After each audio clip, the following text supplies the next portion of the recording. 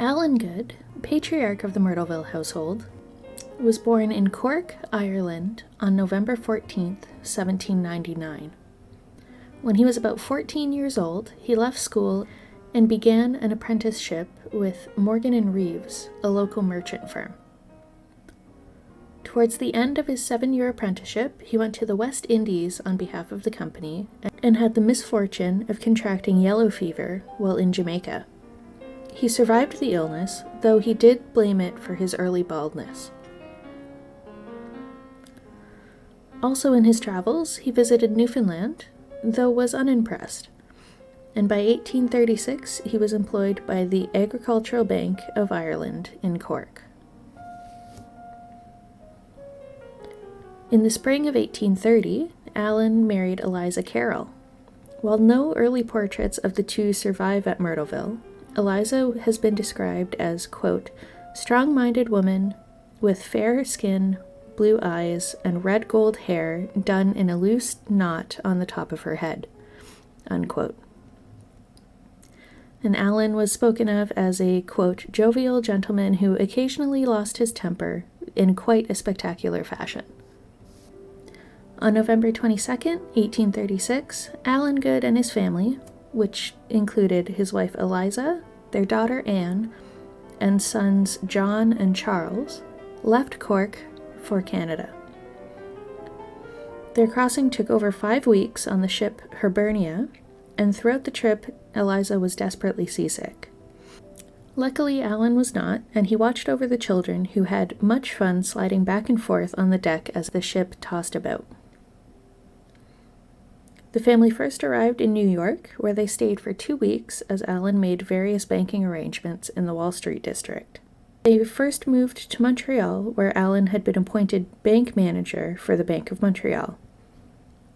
The trek from Albany to Montreal took the family 12 days and was particularly hard on Eliza, who was 8 months pregnant at the time.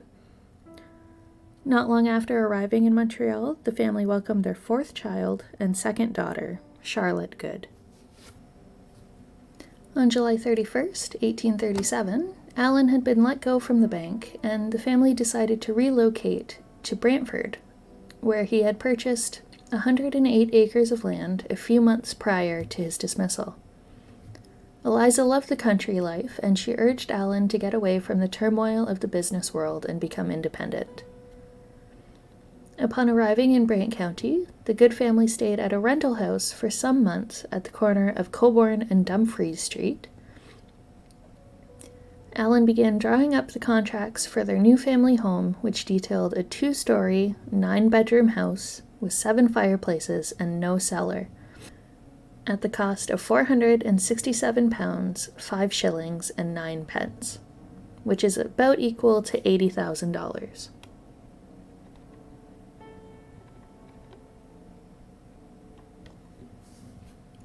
Now, Myrtleville House in Canada was designed after a home in Ireland with the same name. The original house was a country home located on the Bay of the Atlantic that got its name from the green myrtle shrubs which grew all around it. The original home had no basement, as Eliza said she hated cellars. Now, cellars in Ireland were quite different than those in early Canada, and having one in the home may have helped keep the family warm in the winters. Family lore says that the first generation of children at Myrtleville would switch sides of the dinner table after the main course in order to have equal share of the proximity to the fireplace. By the end of 1841, the Goods had welcomed 2 more daughters into the fold, Eliza, Elizabeth in full, in 1839, and Frances Anne in December of 1841. Since there was no school conveniently close to Myrtleville at this point, the older of the 6 children were taught at home by their parents.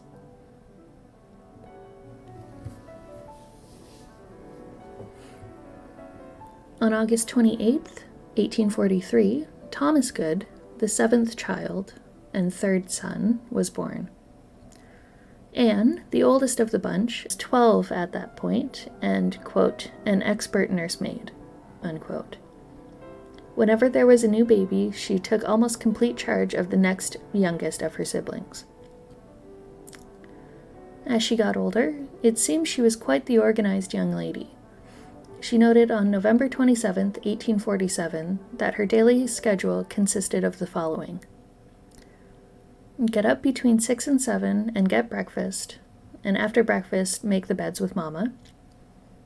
8:30, attend Aunt Fanny's reading and then make candles. 9:45, hear the children spelling. 10 o'clock, read Roland's Ancient History. Between 11 and 12 was for music, and the remainder of the day consisted of needlework, writing, or any business about the house that needed tending to. And she specified that the afternoons on Tuesday and Friday were dedicated to drawing. By 1849, Allen Good was an established Brantford businessman, although continued to do well in farming. His eldest son, John, noted that, quote, the farm is getting on pretty well. Papa has 340 acres of land, and there is another farm between our two, which I think Papa will have yet. We have 10 working horses and 7 colts, unquote. He also made note of early mechanized farm equipment being used on their property. By 1850, the final 4 of Allen and Eliza's children had been born. Thomas in 1843, Isabella in 1845, Mary in 1848, and Clara in 1850. Now, Clara, interestingly enough, is the only one of the 10 children not to have been named after someone in the family. And with 6 older sisters, it seems that her family had run out of options. The family's ex-tutor, Mr. Wright, noted on July 3, 1854, quote, how I would like to be at Myrtleville today. I just fancy I should find Mrs. Good and Annie doing up the housework, just as they know how to do it, in the very best style. Mr. Good and Tommy in town, the one in the insurance office and the other at school. Aunt Fanny diligently molding the minds of the little ones upstairs, just as I used to do. John and Charles out in the fields taking care of those noble 600 acres. Charlotte and Eliza, the former discoursing sweet music at the piano. I must say I have not heard as sweet since I left Canada. And the latter with her sunbonnet on, weeding a flower bed or trimming a plant, so as to make the garden and the yard look beautiful. And last, not least, some friend who was always sure to find a hearty welcome at Myrtleville, unquote.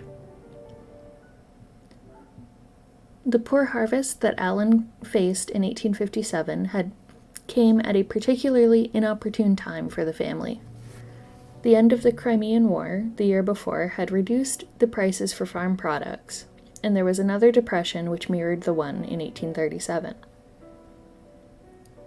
Additionally, Allen had lent his son Charles $2,000 for a business venture in 1858 that did not pan out, all the while still having to fund an extension to the north side of the house.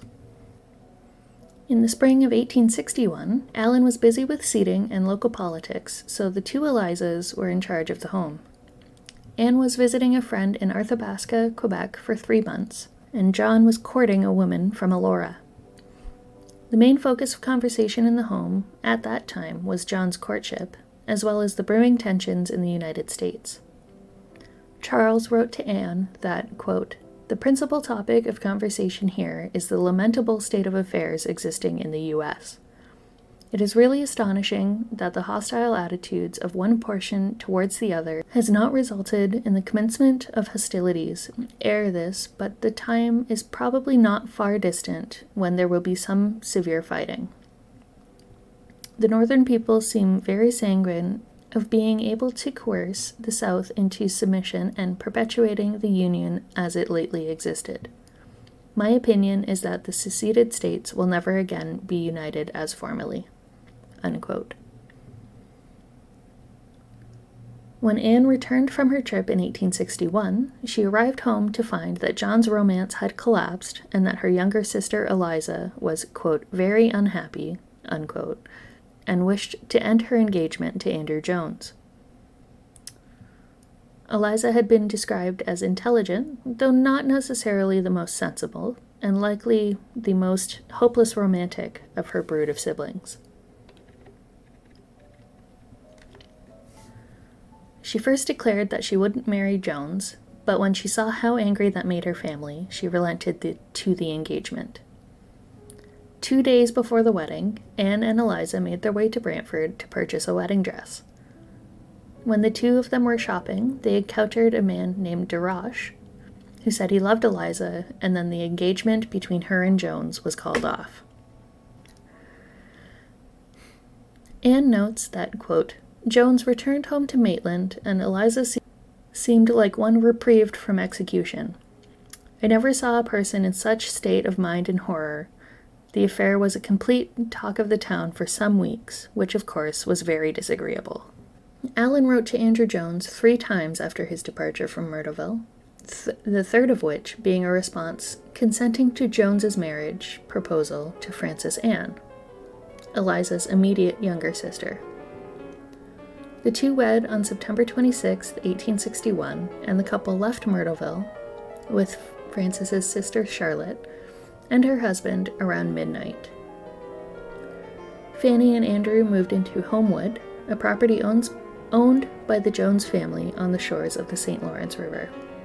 As for Eliza and Mr. DeRoche, Anne notes in her journal that, quote, Mr. DeRoche visited the house for about a month, but before Fanny's marriage,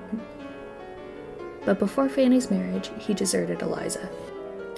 On April 8, 1862, the eldest good child, John, set out to try his luck with gold mining in British Columbia. As a teen, he had always dreamed of traveling to the Australian goldfields, but was convinced otherwise. Before joining the migration, he sold his stock for a total of $650, which would be a start for investments in the West. While closer than Australia, John's journey was still a difficult one, first having to travel to New York, then Panama, then San Francisco, before eventually arriving in Victoria. He noted while in New York, quote, the stir of this place would make anyone forget they were tired. I never saw anything like it in my life. The number of people that are on the go from daylight till dark and everyone in a hurry, unquote. The trip to San Francisco took about 3 weeks, and once in Victoria, he started to sound doubtful of his adventure.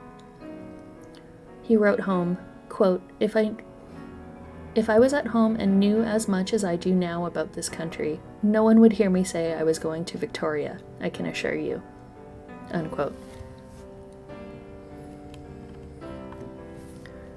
That same summer, 16-year-old Isabella, the 8th of the 10 good children, headed off to spend several months with her older sister Fanny, as the elder sister was expecting a child.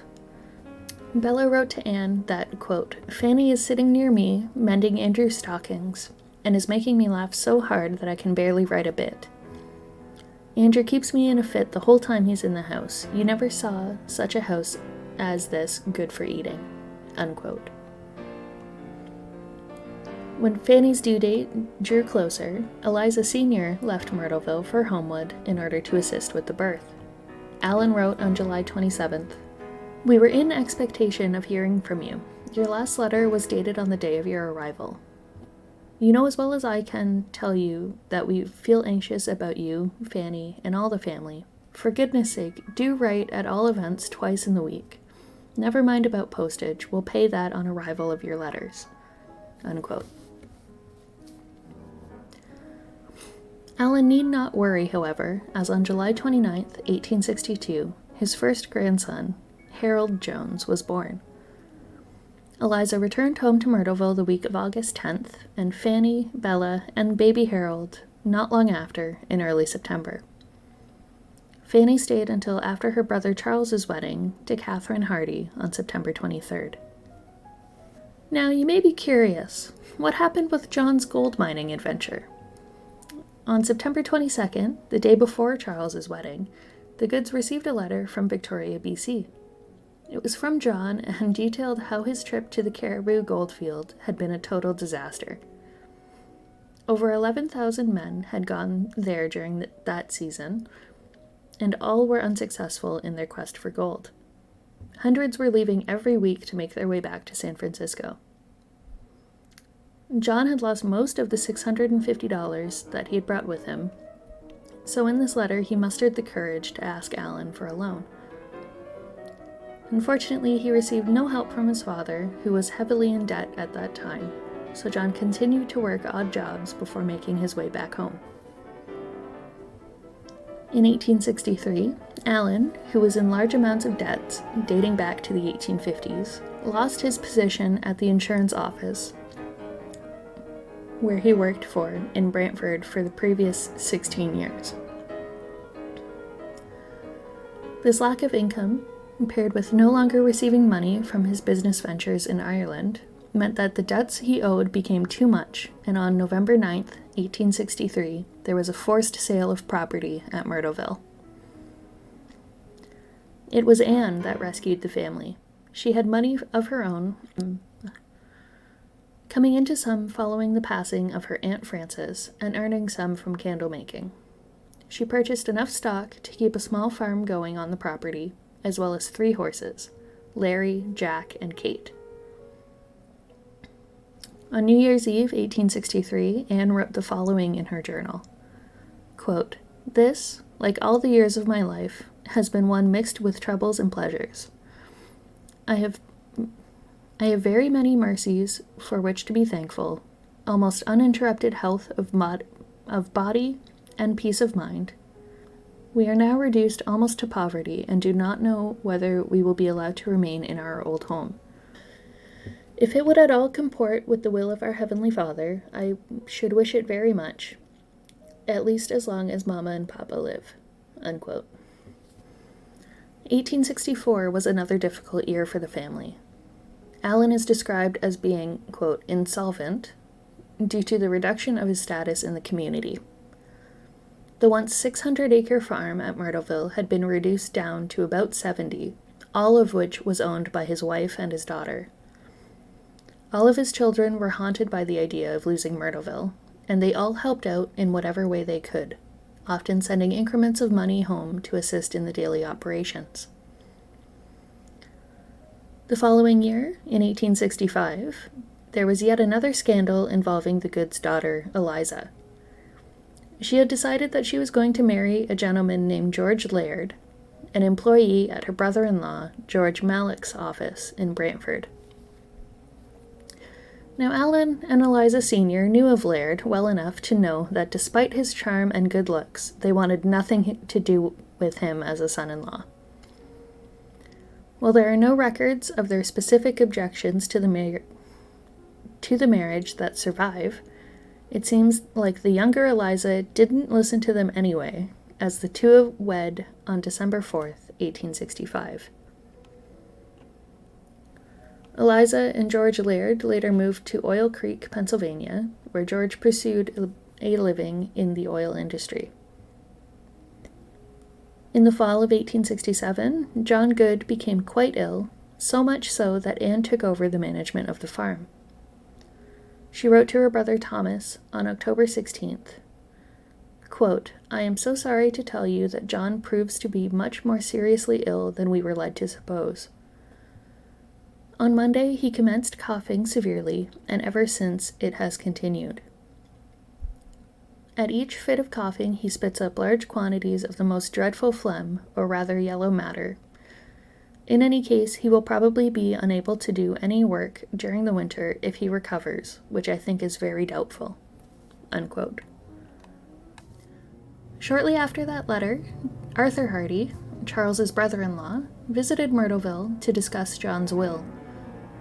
Anne was deemed the executrix of John's estate, which was dictated to, quote, "sell his possessions, real and personal, pay $500 to his widow, and hold the rest in trust for his son, James Allen Good, until he reached 21. Anne wrote to Tom again around mid-November. Quote, "I have told Charles how John is. I fear there is a poor chance for him. And what a bill for the doctors there will be. He is able to dress and sit in an armchair in the parlor.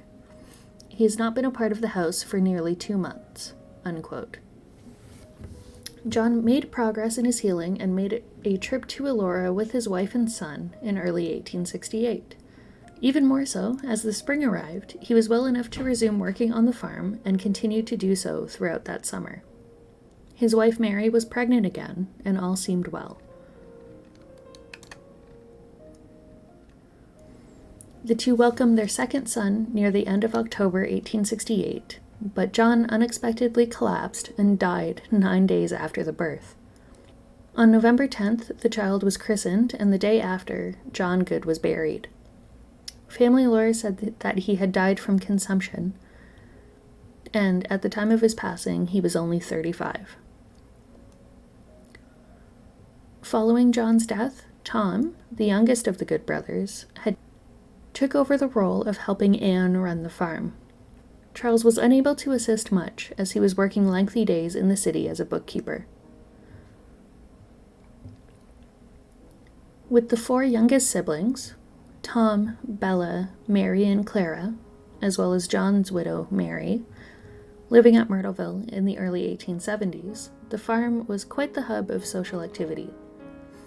Many attendants of Grace Church would recall how Mrs. Good, Eliza, would enjoy playing the piano for her guests to dance to.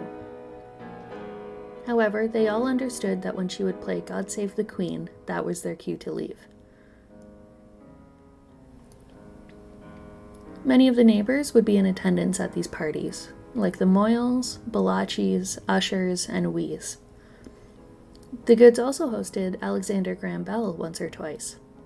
He was the cousin of the Bellacci family, and Eliza, quote, especially admired his beautiful singing and piano playing, unquote.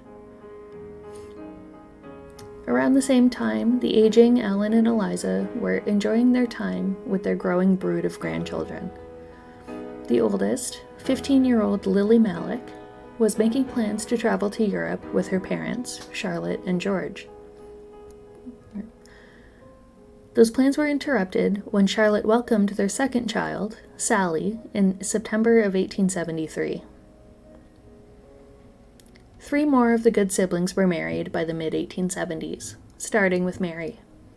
The pretty and popular daughter of Alan and Eliza was wed to Sam Bellacci in 1873, and the two moved to Paisley, Ontario, the following year, not far from where Mary's sister Charlotte and her family were living. The next was Bella, who had become acquainted with Will Doyle, a young widower and veteran of the United States Union Army. The pair married on December 14, 1874.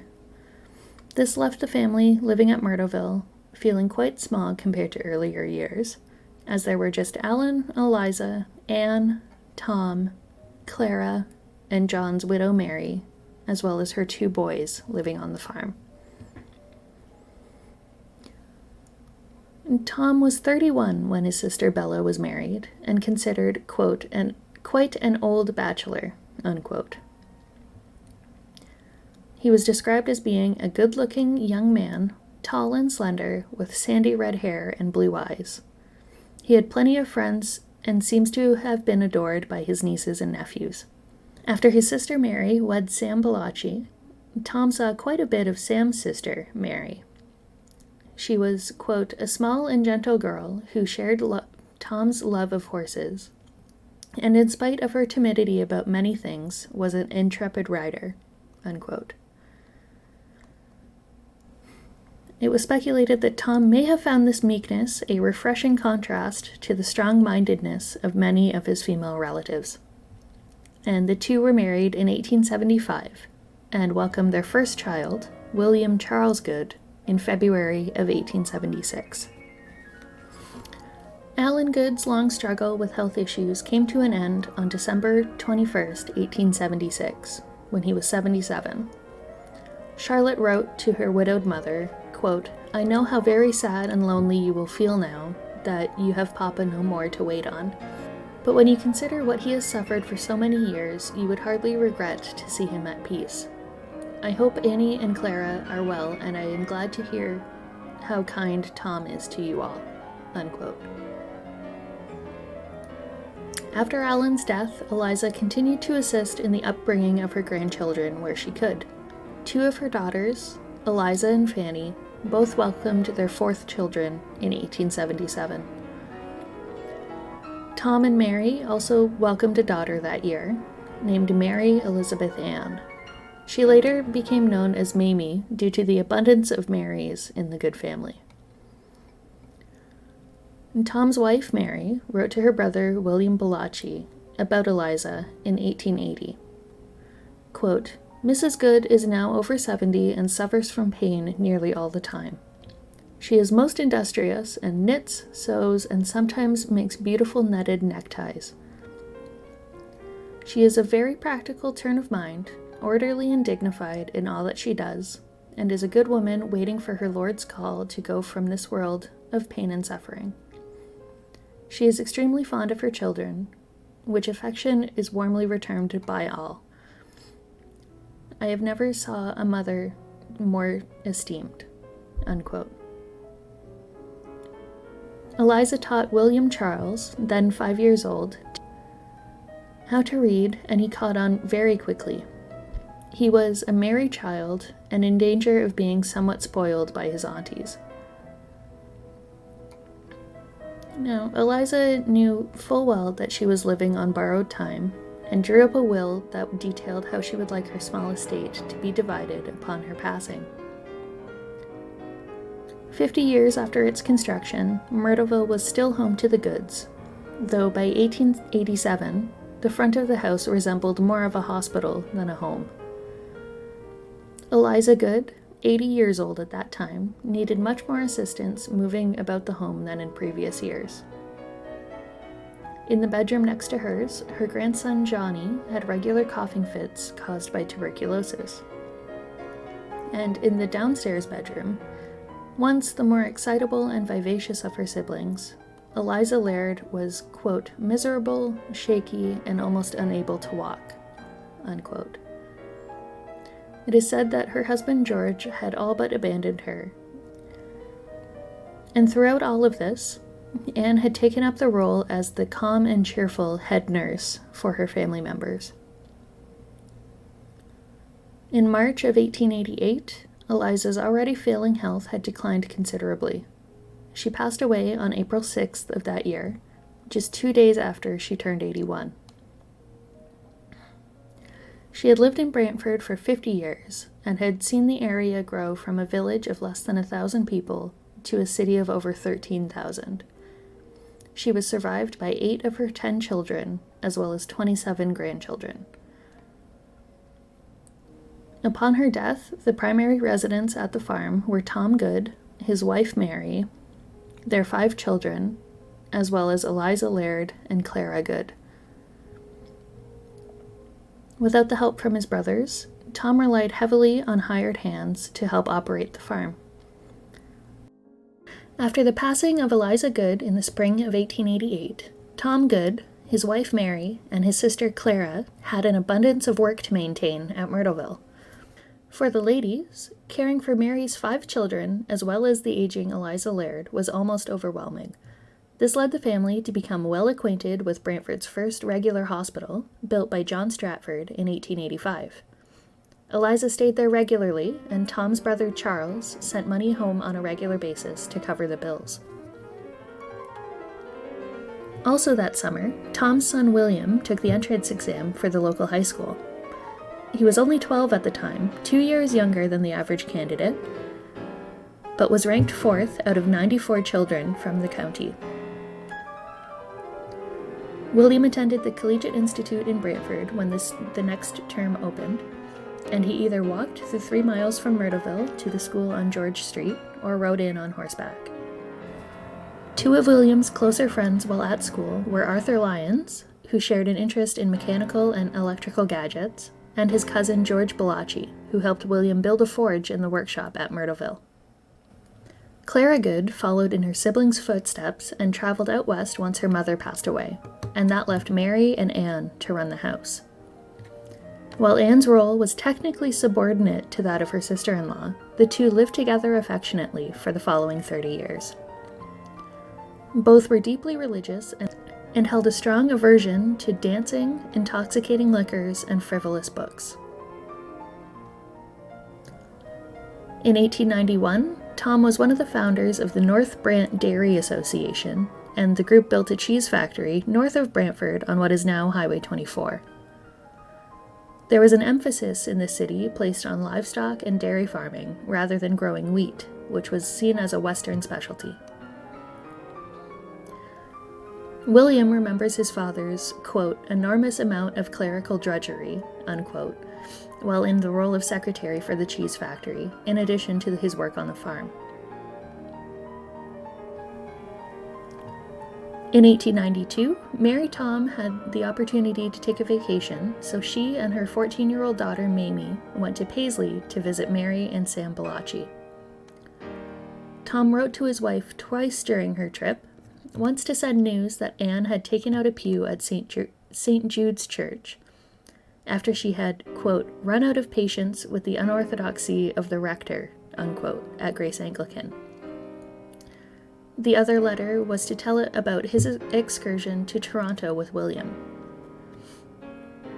Quote, Willie wanted to see the Toronto Fair very much and did not wish to go alone, so I went with him. We were away for 2 days, and the show was immense, and Willie enjoyed himself a good deal. I was sorry to spend the time and money, but Willie wanted to see the show. Unquote. The fall of 1894 was a difficult one for the Goods. Charles died on August 23rd at the age of 59. His younger sister Mary passed away 2 months later at the age of 49, after many frequent spells with jaundice. Her family had thought of her passing as a blessed release, as she had been dealing with bouts of the disease for 6 years. A year later, by the autumn of 1895, 3 of Tom's children were enrolled at the Collegiate Institute. William was entering his final year of university preparation courses. Louisa, just shy of 16, was finishing up her preparation for teacher's training. Like her brother, she had entered the collegiate young, at the age of 13, but she had the highest entry score out of the 190 candidates that year. She, quote, proceeded through her courses at record speed. Ethel, like her brother, had entered the collegiate at 12, but complained about feeling lazy and stupid compared to her elder siblings. A report card of hers from that year stated the opposite, rather that she was, quote, one of the most promising pupils in the class and is doing admirable work, unquote.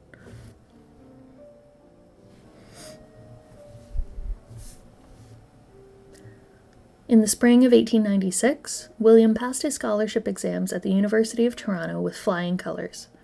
He received first-class honors in English, French, German, history and geography, mathematics, natural science, biology, chemistry, and physics. He had received 3 scholarships and ranked first for 3 others, but the latter 3 were given to other students. That autumn, William and his cousins Panayiotis and Fred Bellacci began school at the University of Toronto. Panay and Fred attended the dental school, and William entered the University College, studying mostly science, math, and English. The spring of 1897 kept Tom Good busier than ever. He had become the treasurer for Brantford Township and continued his clerical work for the cheese factory and the Binder Twine Company, likely Brantford Cordage's location on Pearl Street in 1888. Myrtleville was bustling with activity during the spring of 1897 as well. Spring cleaning was often more labor-intensive than fall cleaning, as the stoves needed to be taken down, the carpets taken outside and beaten, the ceilings whitewashed, and butter to be made. 2 of the farm's residents were not able to take part in the house cleaning. Caroline, Tom Good's youngest, and Anne became close over their shared interest in gardening. Years later, Caroline wrote, quote, "We were great pals, Aunt Annie and I. She was a little old lady with a sweet little face and smooth hair, golden red turning gray, parted in the middle and brushed smoothly down with a miniature puff over each ear. Spring was here. Gardening days, swinging days were here for me. Up and down on the swing I went. The swing was tied to a large limb of an old big willow tree. Here was Aunt Annie coming down the slope towards me. "How would you like to make a garden?" she asked me. "Make a garden? What a joy!"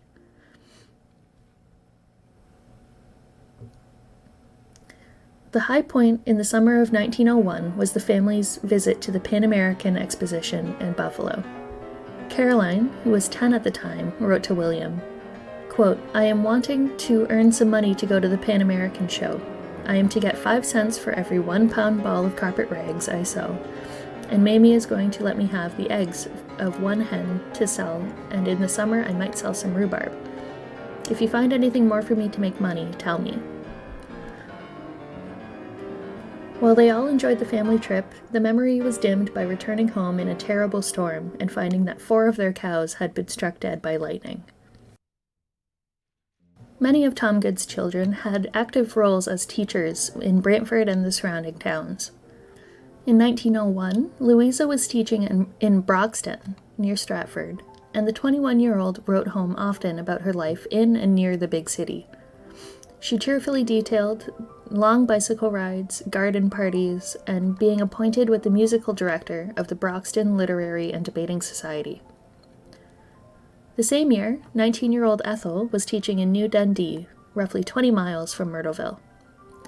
She boarded with the Lautenschlagers, an immigrant family in the area, and, quote, "made the acquaintance of German food," unquote. In a letter home, she described the Mennonite women.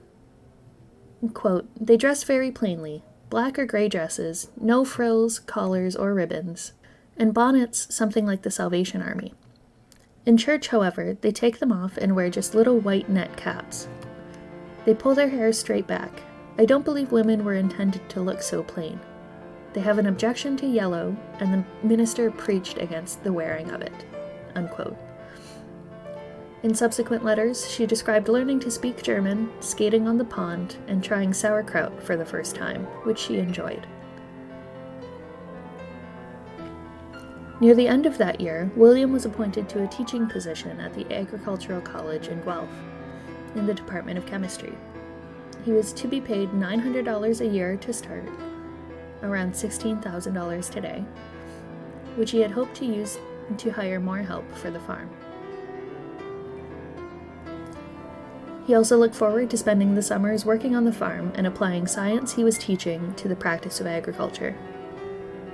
Before he left for Guelph, on New Year's 1902, there was a reunion at Myrtleville of Alan and Eliza's surviving children.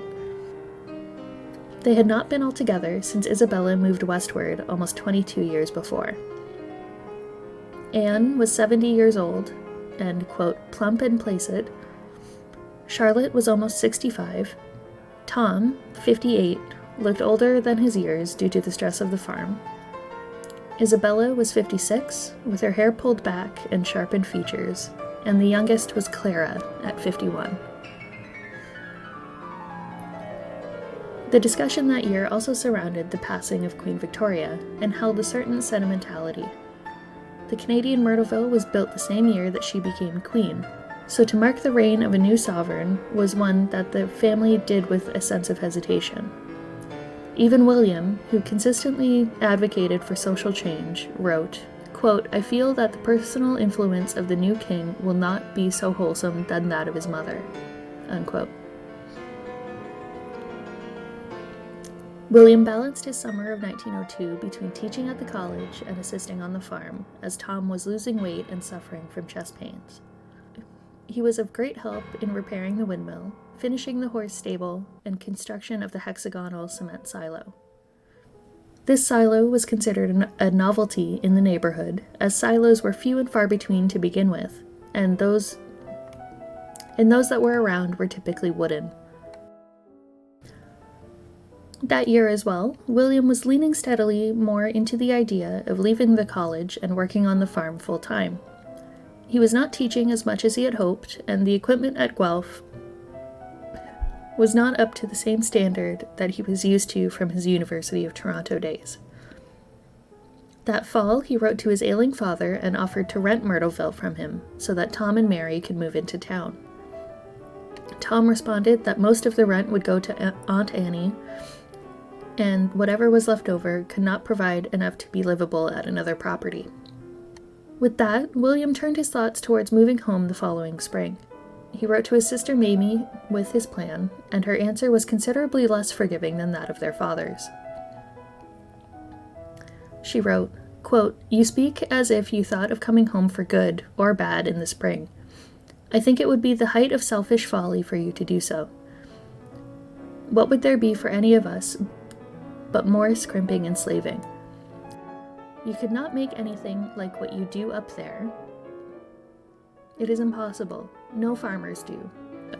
Of course, there are disagreeable things to be put up with in Guelph, but is there any place outside of heaven where there are not?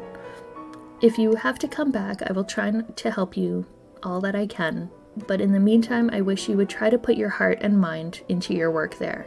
Unquote. Between the scathing letters from Mamie and the letters from his parents, it seems that William gave up his plan of returning home that spring.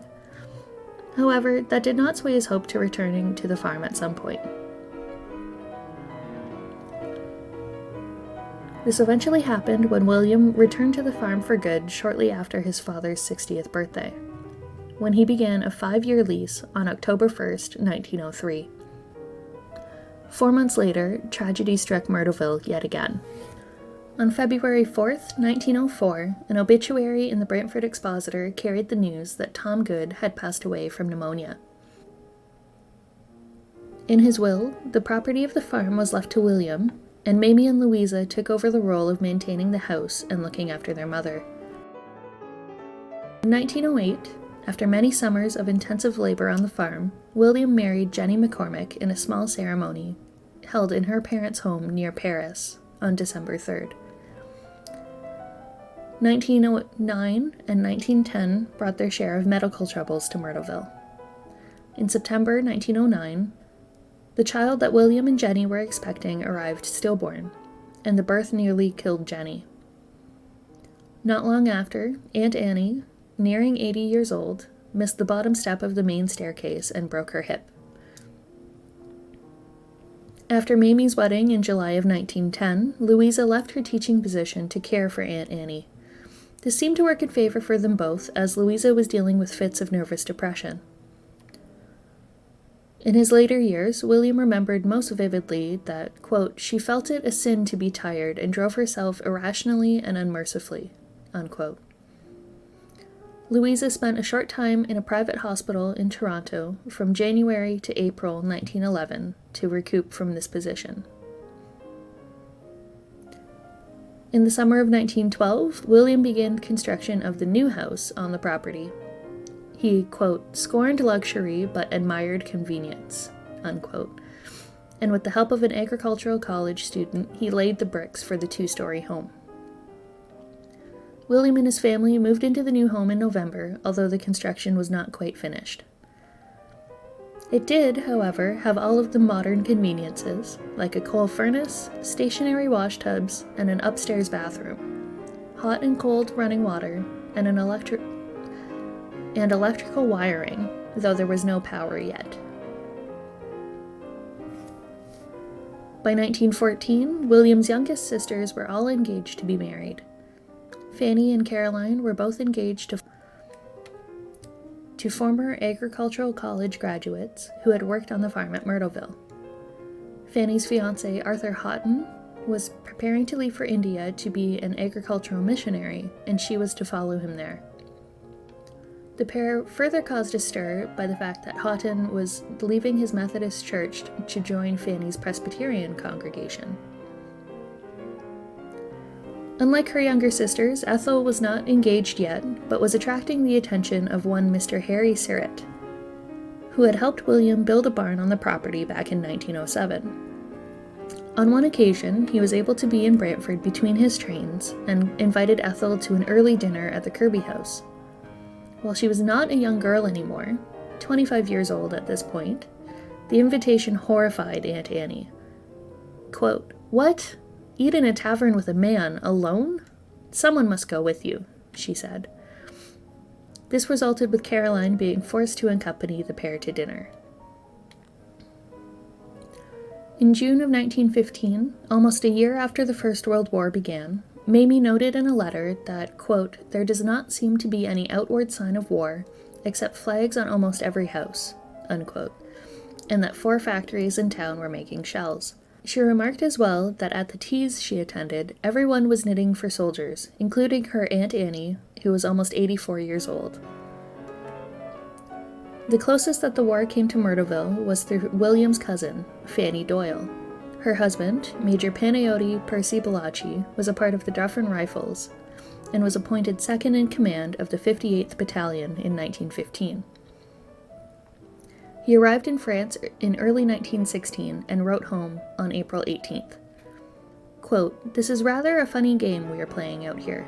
The artillery do nearly all the damage.